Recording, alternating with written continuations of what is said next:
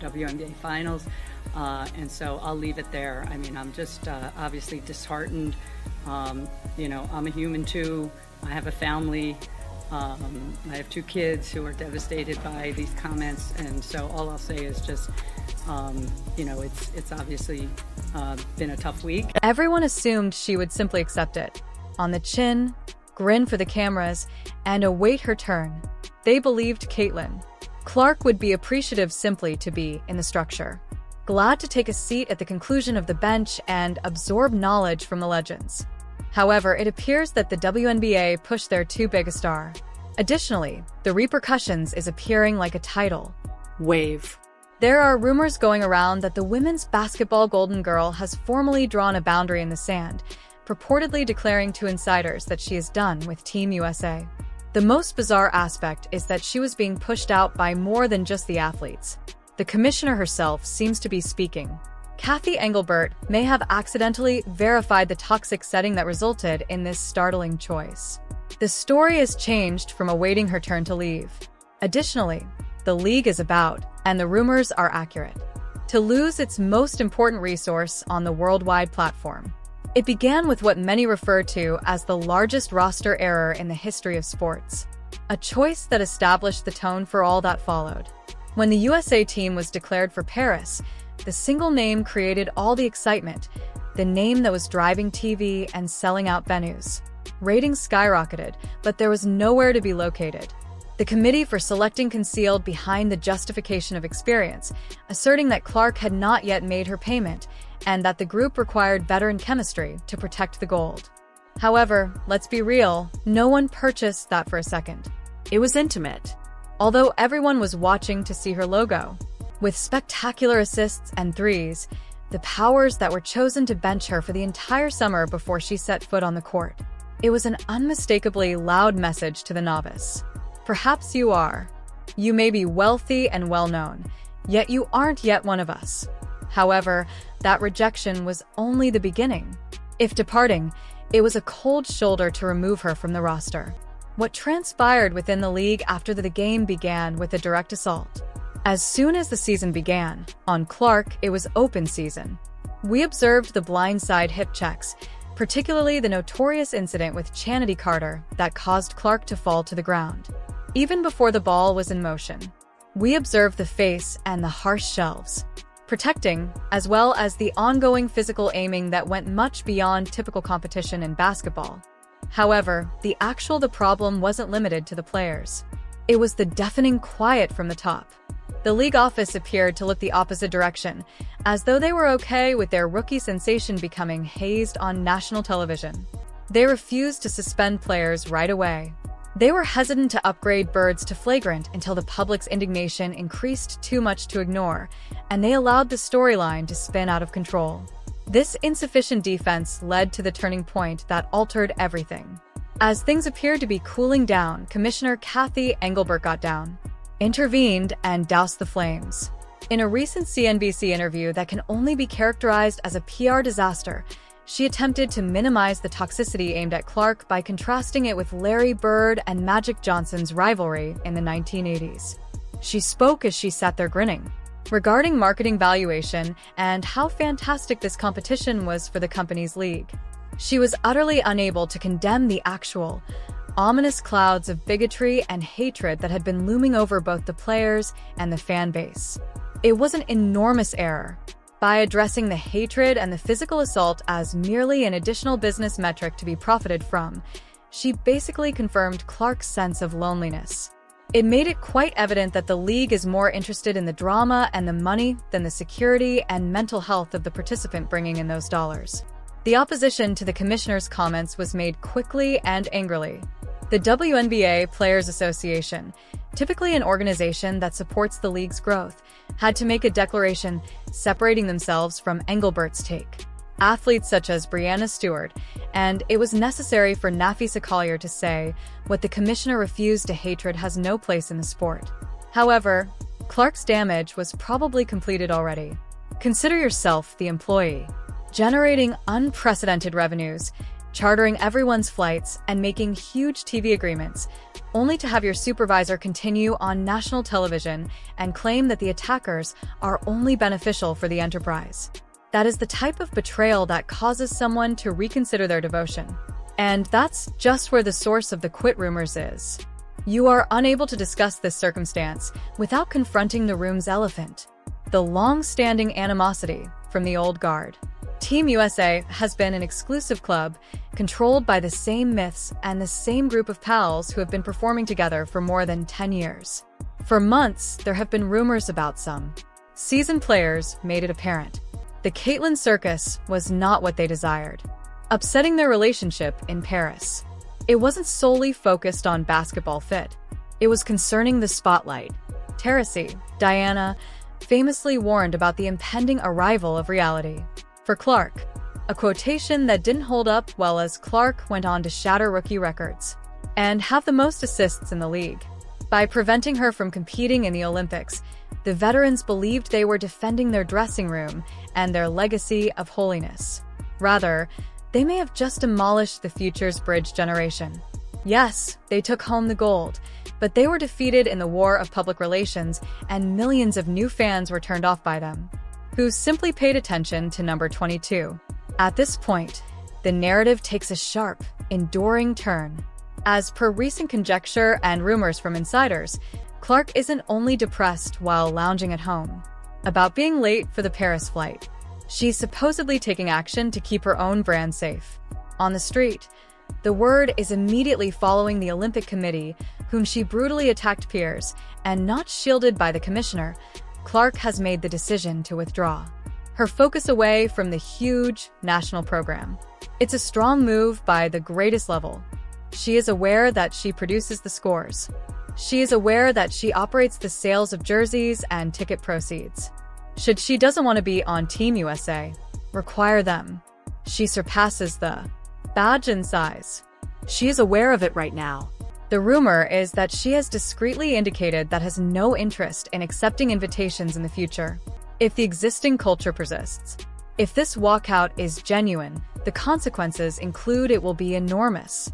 We are discussing the face of the sport possibly declining to represent the nation due to league politics and a lack of assistance.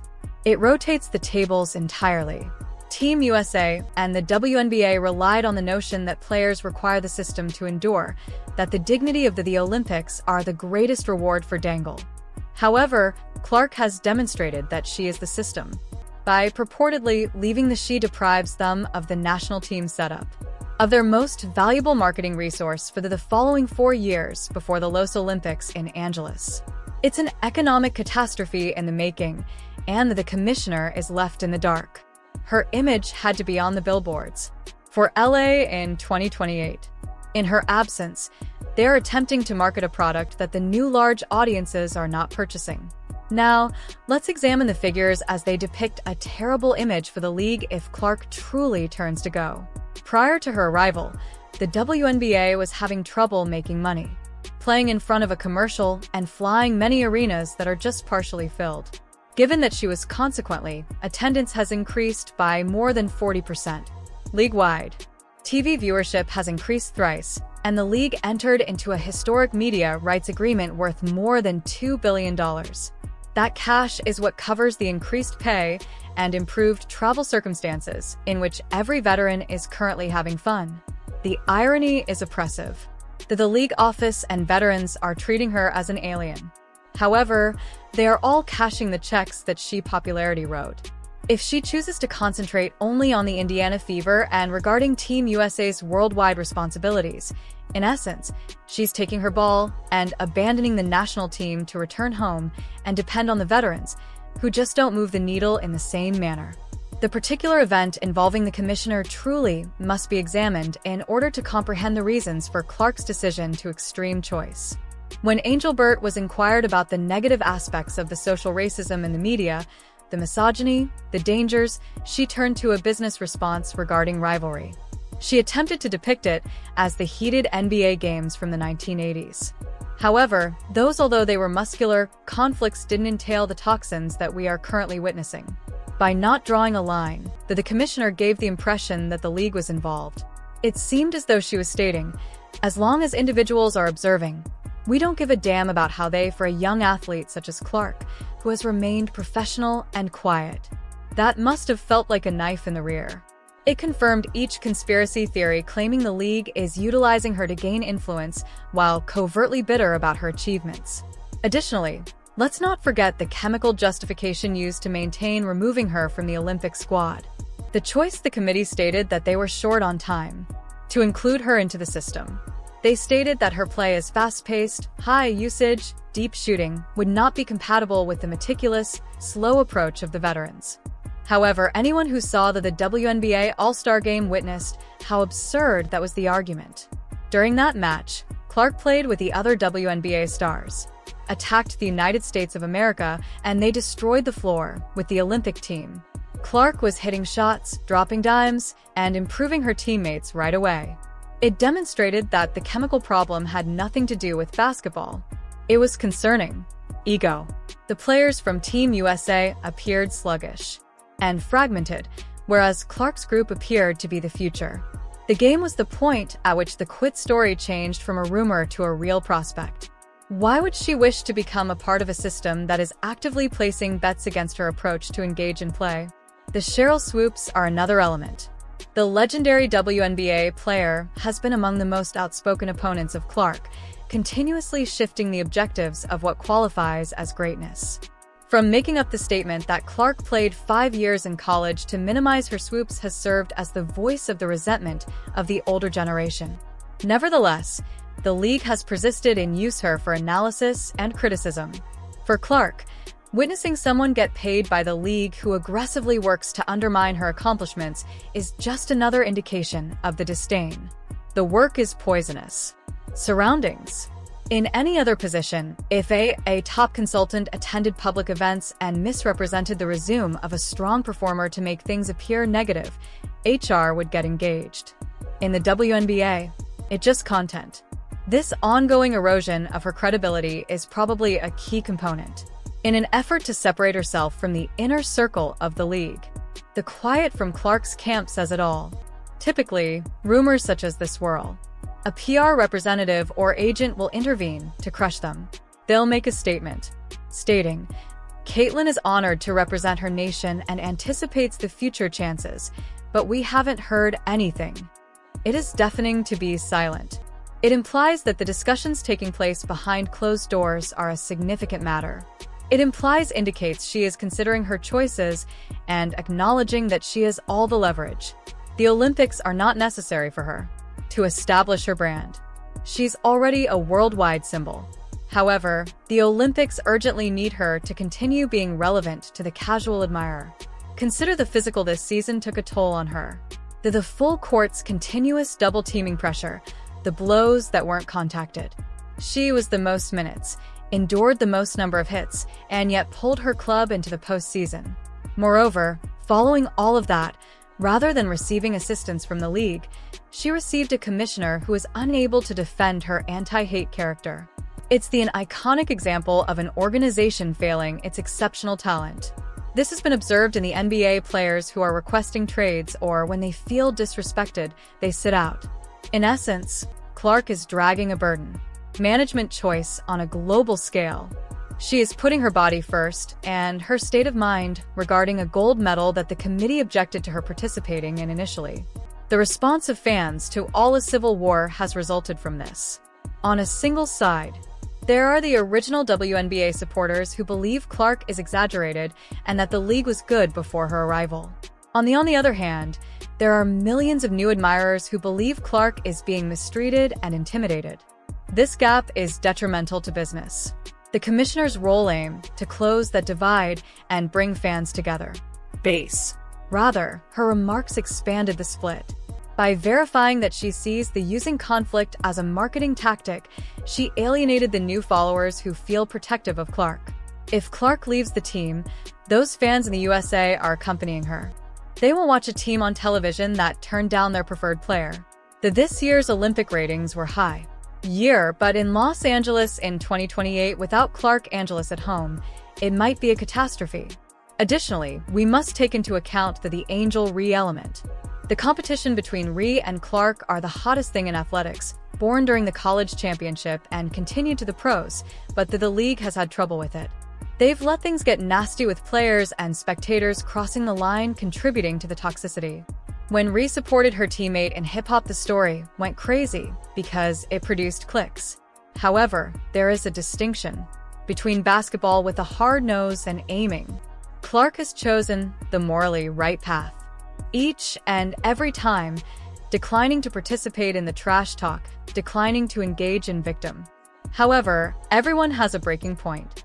Leaving Team USA may be her discreet, expert manner of declaring, "I'm done with the drama." There are significant ramifications for 2028. The Olympics in Los Angeles are expected to be the pinnacle of women's sports in America. It is intended to represent when the world is taken over by the WNBA. However, you can't experience that moment without the most well-known female athlete on the planet. If Clark remains steadfast and refuses to participate, the US squad will still be good.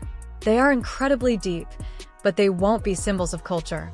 They'll simply be a basketball squad. Clark provides the element of celebrity. She delivers to those who have no interest in basketball. The event loses its appeal without her. The commissioner is aware of this, which is why panic is beginning to creep in. Let's now examine the financial ultimatum. The WNBA athletes are choosing from their collective bargaining consensus. They desire better and more money, advantages as well as a larger portion of the pie. They are depending on the increase in revenue that Clark presented. However, if Clark is in conflict with both the league and the national initiative, that expansion is not assured.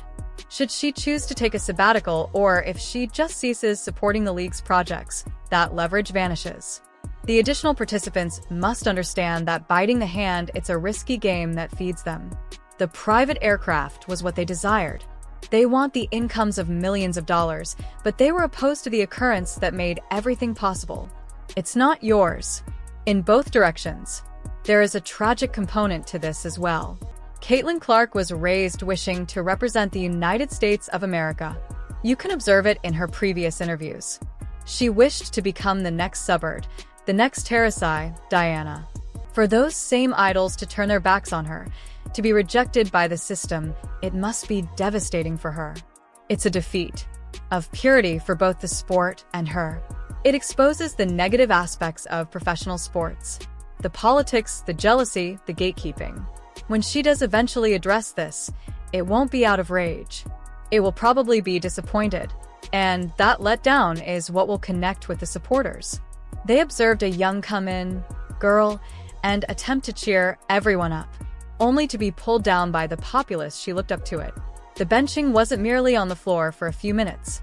It was in benching her power. The choice committee aimed to demonstrate that the system is greater than the individual. They wished to demonstrate their ability to succeed, without the Clark effect. Moreover, in theory, they were correct. They prevailed. The gold, although the winning margin was less than anticipated. Additionally, there was less excitement than there may have been. Although they prevailed in the fight, they lost the conflict. They demonstrated their ability to win games. However, they were unable to record the moment. Additionally, in the age of viral moments and worldwide branding, seizing the opportunity is everything. Clark is a symbol of the future.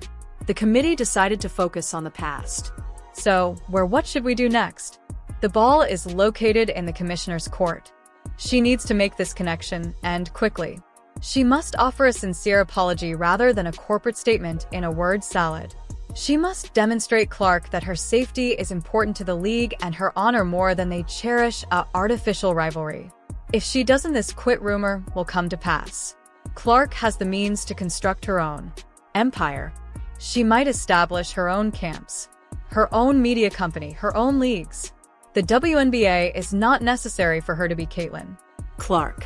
However, Caitlin Clark is essential to the WNBA. To be pertinent, the WNBA had a fantastic ticket, and they may have simply cut it in two. In between the Olympic rejection, the targeting of the court, and the tone of the commissioner's remarks, it makes sense that Caitlin Clark is allegedly searching for the team's exit door USA. They wanted her to bide her time. However, she may choose to play a completely different game. If she truly departing from the national squad, the league is not at fault, but themselves. They put comfort first, of the veterans compared to the possibility of the novice. They give priority to the status quo rather than the revolution. Additionally, they may now need to observe the without them revolution takes place. The next few months will be crucial. Will there be a reconciliation? Will the veterans offer an olive branch? Or will the gap still exist? Develop? Caitlin Clark is convinced of one thing, is glad to be more than just a novice. There. She is a company, a brand, and the power of nature. She is aware of her value, and she is no longer prepared to recognize the disdain. The verification that the commissioner provided that the league considers her difficulties to be marketing. The last straw was fodder. The WNBA may have taken home the gold in Paris, but they are about to lose the golden goose. Do you believe that Clark is acting morally by advocating for herself, or ought she to have remained silent and held off until 2028? The response to such a query could regarding the future of women's basketball for the upcoming 10 years.